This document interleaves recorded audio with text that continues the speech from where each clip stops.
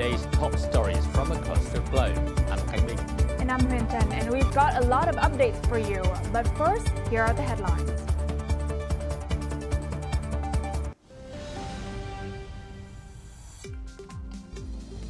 Vietnam eyes a duty-free port model to boost logistics. And severe rains trigger flash floods across several countries. Global tourism is rebounding strongly in 2025.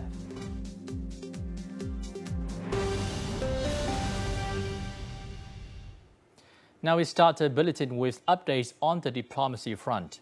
On September 10th, State President Leung Keung and the First Lady hosted a banquet for Australian Governor-General Sam Mersin and her husband.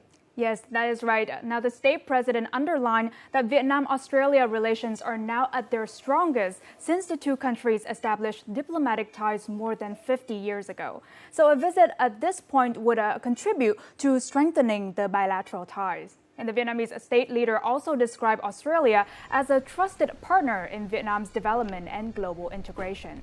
With over 350,000 Vietnamese living in Australia, the community plays a vital role in strengthening bilateral ties and contributing to Australia's diverse society. State President Leung Keung expressed hope that both nations will continue to share strategic interests and a common vision for a peaceful, stable, and prosperous Asia-Pacific. He voiced confidence that this visit will further elevate the comprehensive strategic partnership, delivering tangible benefits to both peoples.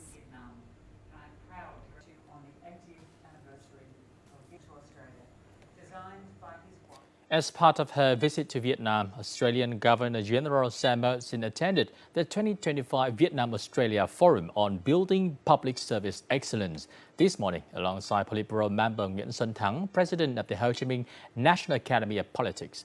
We now connect with our reporter Tung Phan at the scene. Absolutely, Khánh Minh. The forum just ended moments ago here in Hanoi, and it's been a morning of dynamic exchanges between more than 500 policymakers, academics, and senior leaders from the two countries on how to build public service excellence. The Vietnam-Australia Forum is a flagship initiative by the Vietnam-Australia Centre.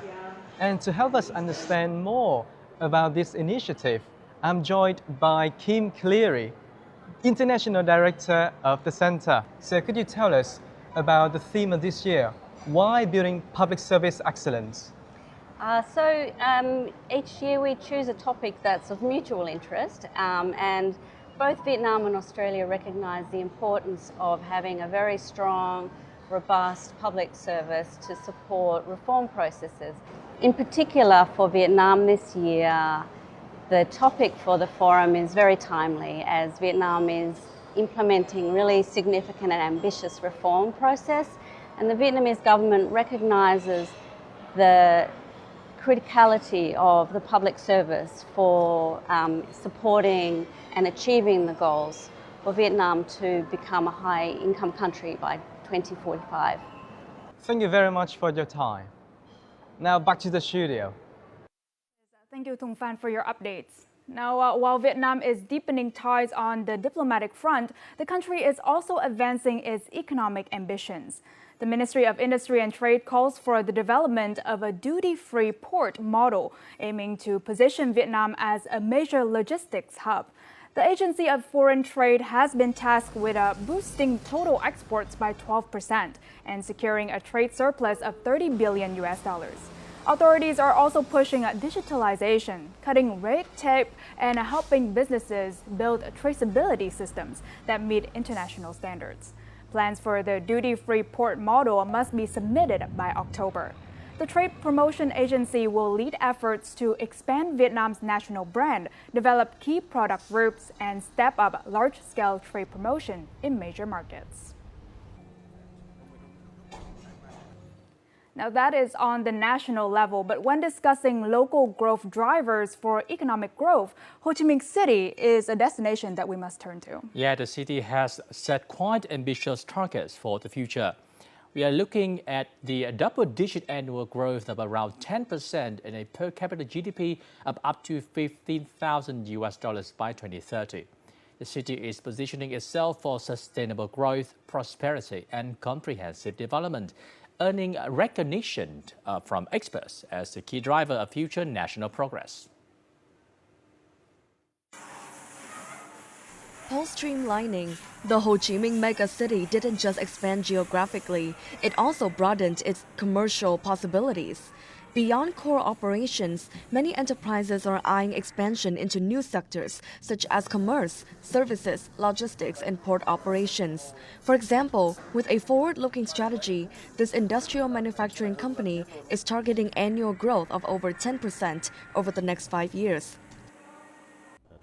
The new Ho Chi Minh City must be the nation's economic leader and has earned its deserved position in the region. We must invest and expand our vision and step out of our comfort zone to align with the nation's new trajectory. Ho Chi Minh City is driving key innovations, laying the groundwork for economic growth, infrastructure expansion, urban railway projects, creation of the International Financial Center, opening innovation hubs, and more. I propose that the National Assembly upgrade Resolution 98 on special mechanisms and policies to better match the city's breakthrough potential, enabling Ho Chi Minh City to accelerate its development even further. Experts recommend that Ho Chi Minh City promptly integrate post-merger plans of its 3 provinces with a focus on developing a multi-centered super city, coastal urban areas, and a marine economy. This will undoubtedly open up many opportunities not only for localities but also for both domestic and foreign investors, who will see it as a land of the future, benefiting all parties. The city views public investment as seed capital, playing a leading role in activating and attracting other social resources to achieve growth targets. With this approach, city leaders are determined to fully disburse 100% of the public investment plan this year, now encompassing 6,811 projects with a total capital of nearly $6 billion. Now turning to other local news, the Ministry of Agriculture and Environment has reported that some Vietnamese fishing vessels still lose connection to their monitoring systems or violate foreign waters. Key reasons the European Commission, or EC, has not yet lifted is yellow card on illegal, unreported and unregulated or IUU fishing. And with a strong commitment to having the yellow card removed this year, authorities at both the central and local levels have implemented a series of measures to ensure visible progress ahead of the 5th inspection expected to take place later this year. Localities are required to submit their implementation reports to the Directorate of Fisheries and the Department of Fisheries Surveillance under the Ministry of Agriculture and Environment by September 15. Now, sustainability is surely a consistent theme in Vietnam's efforts for growth, don't you think? Yes, that is right. And it goes beyond the big picture economy, reaching right down to sectors like fisheries. And as we've mentioned, with the European Commission set to conduct its 5th review this October, coastal provinces are under pressure to tighten control. Yeah, and that means keeping unqualified boats from heading offshore is a task that demands strict enforcement and full compliance from local fishermen. The story tells us more. In Dak Lak, many small fishing boats still lack the paperwork needed to operate legally.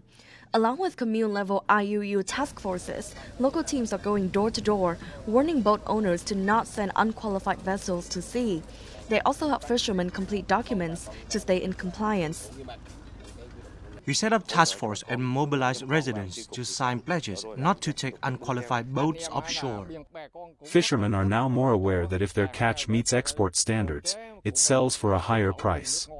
After 8 years of stricter enforcement, violations in foreign waters have dropped sharply. The Ministry of Defense is now calling on other ministries and local authorities to sign pledges and step up efforts against illegal fishing. We're using technology to monitor vessels in real time. If a boat is in violation, we can take immediate action. Our forces have been ordered to strictly enforce this. This September, Vietnam must report its IUU enforcement results to the EC. The nationwide effort is not only about lifting the EC's yellow card, but also a strong commitment to responsible, sustainable fisheries. Up next in Newsline. reports of multiple floodings across Asia. And later on, a gas truck explosion in Mexico City claims 3 lives.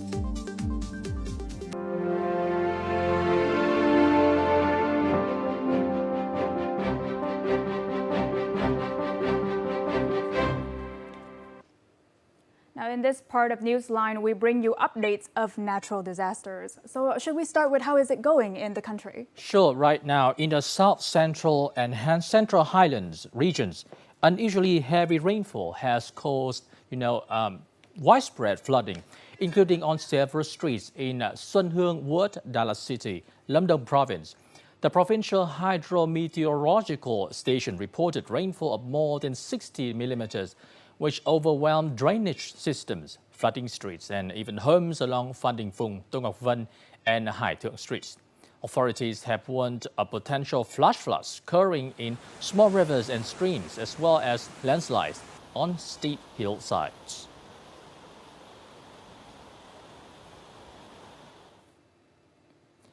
Meanwhile, in Đắk Lắk province, recent heavy rains have caused significant damage to crops and property. Several transport, irrigation, and other infrastructure works were damaged, with parts of provincial road DT-646 and multiple inter-village and field roads buried or eroded by landslides. Local authorities have mobilized forces to assist residents and carried out recovery efforts. The Central Highlands is forecast to continue experiencing thunderstorms in the afternoon and evening over the coming days. Risks include flooding in low-lying and urban areas, as well as landslides and flash floods in mountainous terrain. Thunderstorms also may bring strong winds and dangerous lightning.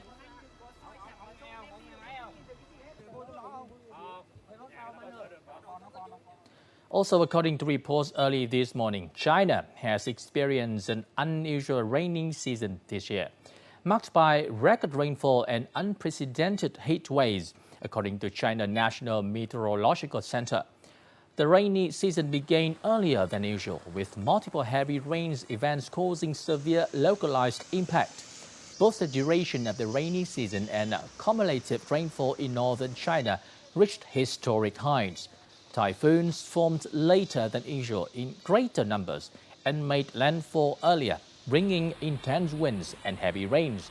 Between June and August, China's average rainfall was 1.3% higher than normal. Beijing and the Inner Mongolia Autonomous Region recorded their heaviest rainfall since comprehensive meteorological records began in 1961. Severe flooding has devastated parts of Indonesia, with at least 15 people confirmed dead and 10 others still missing after days of torrential rain triggered flash floods and landslides in Bali and East Nusa Tenggara. Rescue teams are using rubber boats to evacuate children and the elderly as swollen rivers overflow, sweeping through residential areas. Thousands of homes are underwater and power and water supplies have been cut off, crippling local infrastructure. Now more than 800 people have been displaced and over 100 neighborhoods submerged. With rescue teams of about 200 personnel deployed, some areas now only reachable by truck. Emergency crews continue search and rescue operations as authorities warned of more rain in the coming days. Moving on to other news. Poland has formally invoked Article 4 of the NATO treaty, calling for an emergency meeting of the alliance after multiple unmanned aerial vehicles violated its airspace. Authorities confirmed 19 drone incursions, with at least 3 shot down by Polish air defenses. In response, the North Atlantic Council, NATO's key political decision-making body, convened for urgent consultations. This marks the 8th activation of Article 4 since NATO was established in 1949. Now, under provision, any NATO member state can request consultations whenever the territorial integrity, political independence, or security of any member is threatened. Polish officials say the move reflects growing concerns over national and regional stability.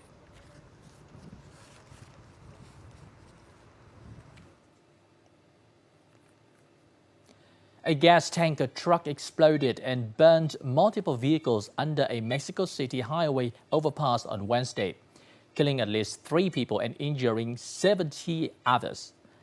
The crash, with the truck carrying more than 13,000 gallons of gasoline on a major highway, sends flames and smoke billowing over the south of the capital. Mayor Clara Brugada called the explosion an emergency, with nearly 30 vehicles burned and 19 injured people in grave condition, including the driver of the truck. Mexico City firefighters said they had completely extinguished the flames in and around the overturned trailer. The cause of the truck accident remains under investigation.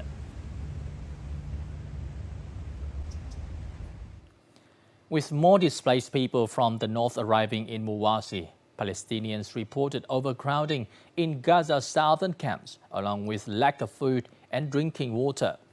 Overcrowding in displacement camps across southern Gaza has worsened since the Israeli army declared northern Gaza and Gaza City a combat zone and orders residents to evacuate.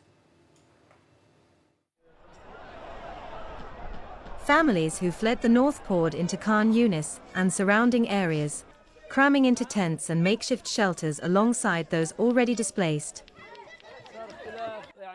There is no water, no food, not even a place for the people to sleep for the people from the north. We do not know what to do with the people. We are trying to shelter them and help them, but we do not have the capacity. They are coming in large numbers. We are trying to help with charitable people to provide aid, water, food, and everything. This mosque doesn't have any charity kitchen. Even water, we are waiting for a water tanker to provide us. Only one water tank was brought during this week. Charities, which have already been strained, are unable to deal with the added pressure. Therefore, people are unable to receive basic needs and can't help others who are now also recently displaced. We are exhausted from carrying water. Displacement from the north has made the situation much worse. There is a shortage of water, a shortage of charities. Things have become more difficult. I am forced to prepare anything for food.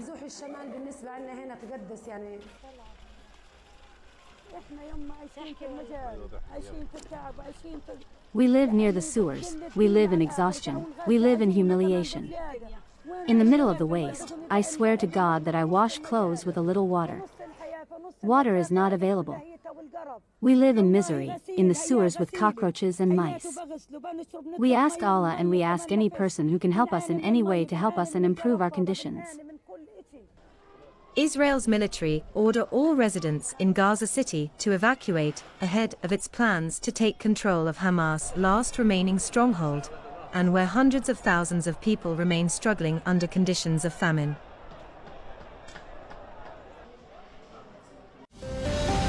Coming up next,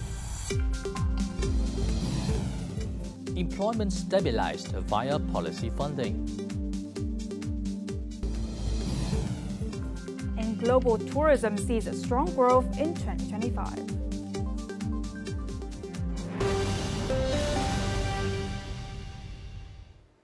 You're watching Newsline. Creating sustainable livelihoods and addressing employment remain key priorities to improve people's living standards, especially in Vietnam's rural and disadvantaged areas, don't you think? Yes, that is right. And one of the recent efforts has been made by the Vietnam Bank for Social Policy, VBSP. Specifically, numerous preferential loan programs have been implemented, enabling thousands of households to access capital, expand production, start businesses, and stabilize income and achieve sustainable poverty reduction. As a cooperative specializing in medicinal herb production, Mr. Zhu was fortunate to access funding from the Social Policy Bank. He was able to invest in infrastructure, facilities, and machinery while partnering with local farmers to secure a stable supply of raw materials for production. Since receiving our funding, we have increased our cooperative membership of 12 to 15 households to over 50 members. Together, we are developing medicinal herb agriculture to supply and support the cooperative's production. To help people access funds effectively, the Vietnam Bank for Social Policies applies a flexible disbursement mechanism and provides ongoing support. Mr. Ming borrowed nearly $4,000 to grow pineapples with a 3-year loan term covering 2 harvest seasons. Long-term loans are easier for us to manage. If the term is too short, we have to start worrying about repayments before we've even made much progress, and that makes things difficult. For business households and workers, the maximum loan term is 120 months. This duration is agreed upon based on available capital, production and business conditions, and the borrower's repayment capacity. These loans have not only helped 14,000 local workers stabilize their jobs and improve incomes, but also contributed to shifting production structures, boosting the local economy, and ensuring social welfare. Northwest China's Xinjiang Uyghur Autonomous Region, home to some of the country's most abundant renewable energy resources, has successfully transformed its wind power potential into a driver of economic development. And in the remote town of Dahe Hami City, local authorities have been working to diversify the economy beyond traditional agriculture and animal husbandry. Recognizing the wealth of wind resources, local authorities embarked on a strategic shift to harness these assets. Repeated in-depth surveys revealed that the abundant wind resources in the area could be key to revitalizing the local economy. Hami, one of the country's major wind power bases, is known for over 200 days of windy weather annually. We are seeking a new economic growth area. Since 2012, Hami has become Xinjiang's largest wind power equipment base, attracting 14 major companies and 3 industrial parks. Localization of key turbine components has risen from 6% in 2014 to over 90% this year. A new park in Dahe Township now employs more than 2,000 workers, boosting local incomes and living standards. I used to be a herdsman. Now I work here and my salary keeps increasing. Life is getting better. Xinjiang is emerging as a renewable energy hub, leading China in wind turbine production and building a full-train wind power industry. Sinopec has completed the country's largest solar-powered green hydrogen plant in the region, with output surpassing 13,000 tons. Xinjiang also ranks first nationwide in silicon production, making it the world's top supplier of photovoltaic materials. South Korea continues to struggle with the world's lowest birth rates. But this country intends to change that with preferential policies. Yes, and what they bring to the table is a record welfare package to reverse the country's low birth rate. A family with a newly born child could receive over $21,500. And this is part of the 2026 draft budget recently approved by the South Korean government. A key point of the welfare package is cash support for families with a newly born child. Starting from 2026, a family having their first child will receive a total of over $22,000 from 3 main government programs: child allowance, birth voucher, and parental allowance. This amount does not include additional bonuses from local authorities or maternity leave benefits. A fragmented policy cannot solve the issue of low birth rates. It requires comprehensive and synchronized measures. In Seongnam, the local government focuses on supporting newly married couples with housing and welfare policies. In 2024, South Korea's fertility rate was 0.75 children per woman.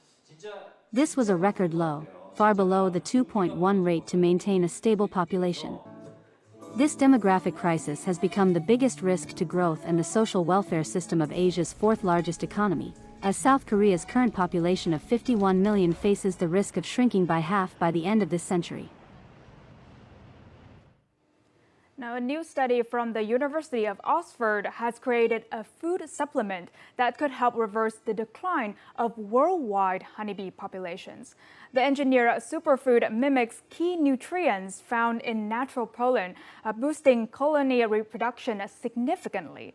And in trials, colonies fed the supplement produced up to 15 times more larvae reaching the pupal stage than those on standard diets. Honeybees pollinate over 70% of the world's crops, but face threats from climate change, habitat loss, and pests. Current pollen substitutes lack essential sterols, nutrients vital for bee development. And this new supplement fills that gap by using engineered yeast to produce steroids. Large-scale field trials and commercial production are planned for 2026. Now we wrapped up the bulletin with a piece of news on international tourism scene. Yes, and according to the latest report from the United Nations World Tourism Organization, over 300 million international tourists traveled in the first quarter of this year. And this is about 14 million more than the same period in 2024, marking a 5% increase. Statistics show that Asia-Pacific led the growth among world regions with a 12% increase in tourist arrivals. Northeast Asia saw especially strong gains. Tourist spending also climbed with travelers from China, Singapore, and the UK topping the global expenditure charts. The UN expects this upward trend to continue through the second half of the year, signaling a robust post-pandemic rebound for the global travel sector.